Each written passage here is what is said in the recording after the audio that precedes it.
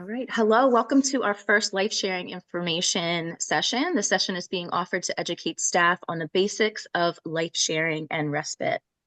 I'm joined with my panel of colleagues here to help answer commonly asked questions. In attendance, we have Maria Doyle, Director of Operations. Good morning, Maria. Good morning, everyone. We have Peter Adiemi, Director of Finance. Good morning, Peter. Hi, good morning to everyone. Bryn Ortiz, Director of Quality and Compliance. Good morning, Bryn. Good morning.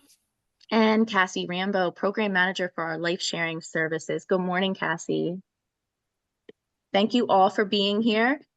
Our first commonly asked question is, what is life sharing? And Maria, would you kindly kick us off with an answer to that question? Sure.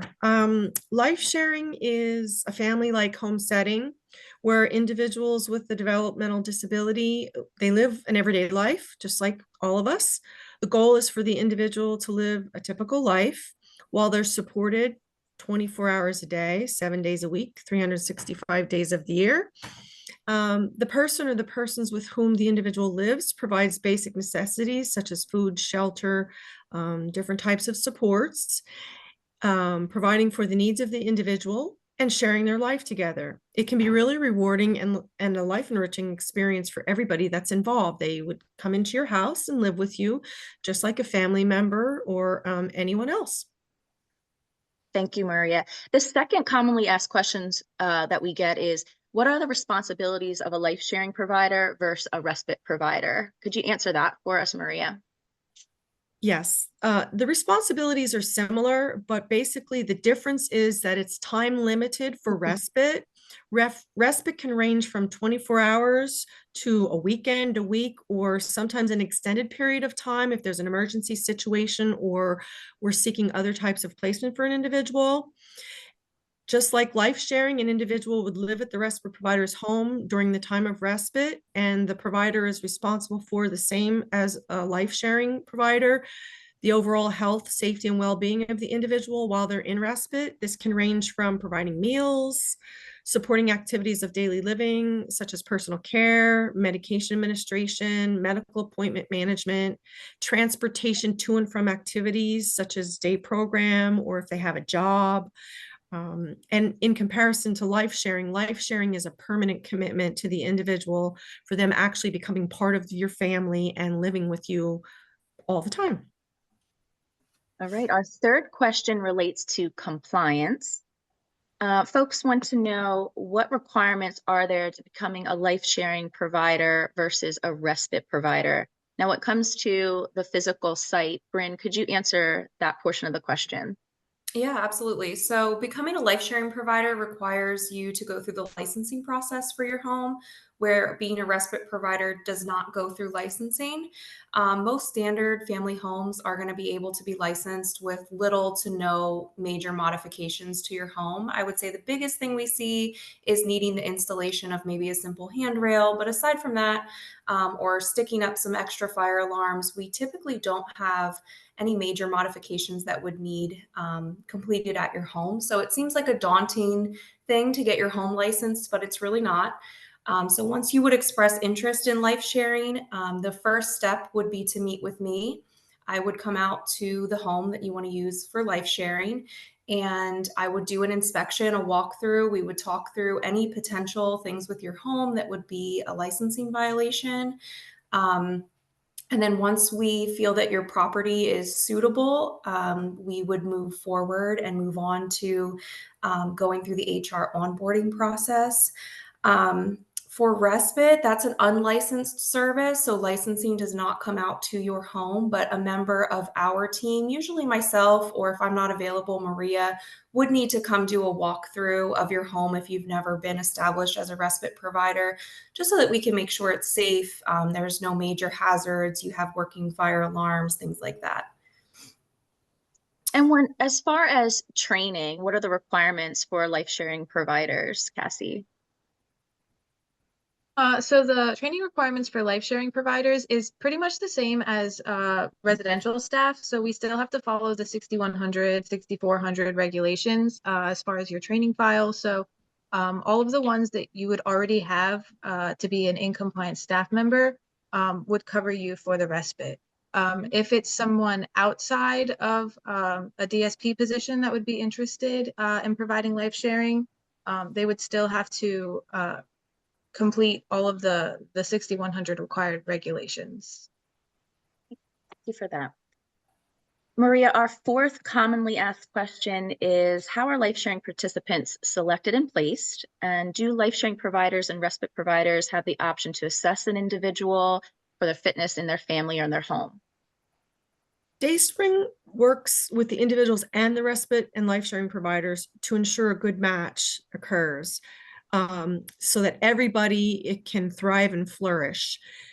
Some things that are considered include the level of support an individual may need, and the provider's ability to fulfill this. We think about the personalities of those involved, shared interests, and typically we do have a meet and greet where an individual and the respite provider can meet, or the life sharing provider, prior to any decision regarding placement. We want a good match. So yes, we do highly consider respite and life sharing candidates input when we are trying to determine a match for someone. And a spin-off question for staff who might be interested in providing this service. How would it interfere or not interfere with their job that they have at Dayspring? Could they still continue to work at Dayspring? Can a family member, the husband, the wife, help out as well? Is that acceptable? Typically for respite, we would need the names of all of those individuals in the household who would be supporting the individual. And for permanent life sharing placement, it would be the same. We try to work around the work schedules. Some of the individuals that are in life sharing have alone time. Some of them have jobs. Some of them attend day program. So we try to work with staff with their schedules to see how it will fit with life sharing or respite, if that makes sense, if that answers the question. I believe it does, yeah. So it might depend on what status an employee is, plus the needs of an individual. It depends. So yeah, case by case. And the next question is, how much support does Dayspring offer to a life sharing provider, respite providers? What if they have a family emergency, a health emergency? What if they're new to the process and they just need a little extra support in the beginning? How much does Dayspring offer? There's no set amount of support that we would provide. It's basically unlimited. We're here to help the life sharing provider, respite provider, and the individual succeed. The program manager of the life sharing program and the team, we're always available to support and assist with any unforeseen emergencies and to seek alternate placement when necessary. For example, if a life sharing provider works and they're not available during the day for meetings, we're available at night. We go to the house at night. We take calls on weekends.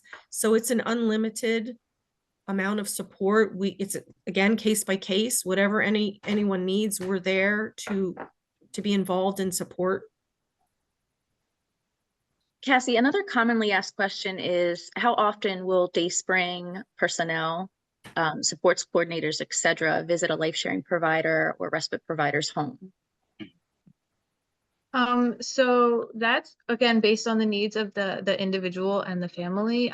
Typically, as far as like Dayspring personnel, whenever you need assistance, I would be able to come. If you needed support with those the SC meetings or anything like that, assist with training, and you're not available to come to the office, I would make myself available. As far as SC visits to your home, it's again depends on the need of the individual and their waiver. But typically the sports coordinators visit either every other month or every quarter, depending on what is listed in the ISP. And if the individual goes to day program, the sports coordinators typically alternate their visits between the home and the program. So it could only be once every 4 months that you are having the sports coordinator visit your home. It depends on the level of need of the individual. Okay, thank you. Peter, folks want to know, What financial reimbursement payments, incentives are there to becoming a life sharing provider or a respite provider? How often are payments distributed? Okay, so let me start with the life sharing providers. So typically we pay $75 per day. That's for 24 hours of a day. And the service you provide for 14 days, that's 2 weeks. That amounts to $1,050.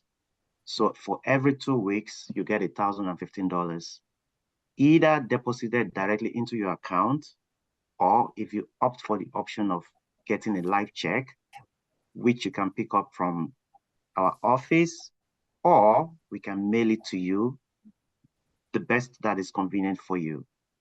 And the beauty part of it is that life sharing providers, based on the state tax law, your income is non-taxable. So that's, if you make $100 is all yours. So that's a very good incentive for you for providing life sharing.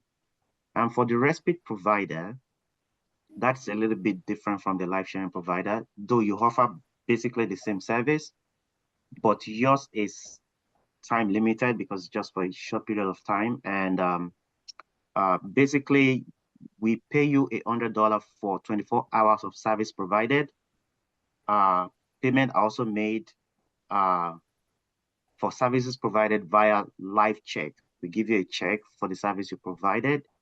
And if you do respite service for more than 6 days, which will give you approximately $600, which is the minimum mark to get a Form 1099. So if you do less than that, we don't send you Form 1099 at the end of the calendar year for tax purpose. But if you do 600 or more than 600, that is, you provide service for more than 6 days or 6 days exactly, then you get Form 1099, which is for tax purpose. So basically, life sharing providing and respite providing, for those services you render, you get a very good consideration for that. Thank you, Peter. Our next question, I open up to a few of you that want to speak to this. What's the best way to prepare my family for an individual moving in? I would say that the best first step is to make sure that your family is ready for an individual. So start opening up a conversation with them, give them an idea that you're interested, kind of gauge their feedback. Are they willing to open their home and share their space with somebody? That's always an important thing to consider first. And then give them some information about what the program looks like, if anything would be required of them, if anything would change within the home setting, just kind of starting that conversation. And once everyone is on board, then you could start having more in-depth conversations with us, finding out which individual are interested in the service, what would be a good fit for the individual and your family. We prefer when interests of the family and the individual match up, because that's how we provide the best quality for everyone involved. So we start very slowly and make sure it's a good fit. We also can do visits. So once we identify an individual that might be a fit for your home, we can do a series of visits. They can come for dinner, just to meet and see how they jive with your family to make sure it's going to be a good fit.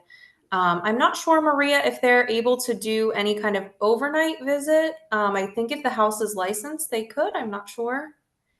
I think they can, dependent upon, the requirements as far as the family and staff, background checks and things like that. We can do a visit. I also wanted to add that we do have individual support plans that are developed by the team that we can also share that information with perspective. You know, we have to keep it confidential, but we can kind of give a general idea of the content of those ISPs and what's in the ISP. It's different. It will tell you like a general overview about the person, what the person's like, what their needs are, if they take medication, if they have any medical needs that need support. We can kind of give you a background on the individual as well ahead of time. And typically, I think it's important to know that the individuals that do get placed in life sharing are typically pretty high functioning. We typically don't accept individuals into life sharing that have high behavioral challenges or high medical needs. They wouldn't be appropriate for life sharing. So it's important to keep that in mind, that you typically won't have life sharing referrals for your home that have really in-depth needs. That's a really good point, Bryn. For example, we wouldn't match up someone that is in a wheelchair into a home that has, you know, stairs or isn't accessible. And typically the individuals are pretty independent with walking and their ambulation. Thank you all for that. And if someone is interested in hearing more things that weren't covered today, who should they contact? They can contact me, they can contact Maria. Even Bryn is a good contact. Like she said, she would kind of discuss with you about more licensing requirements and stuff like that. But we're all available via call, text, or email. So you should all have that information. And if you need it, our phone numbers are on the screen for you. All right. Well, thank you. And thank you all for attending and listening to this session. And we look forward to future conversations and sessions like this. And feel free to reach out to any one of us for more information. Thank you, guys. I appreciate it. Thank you. Mhm.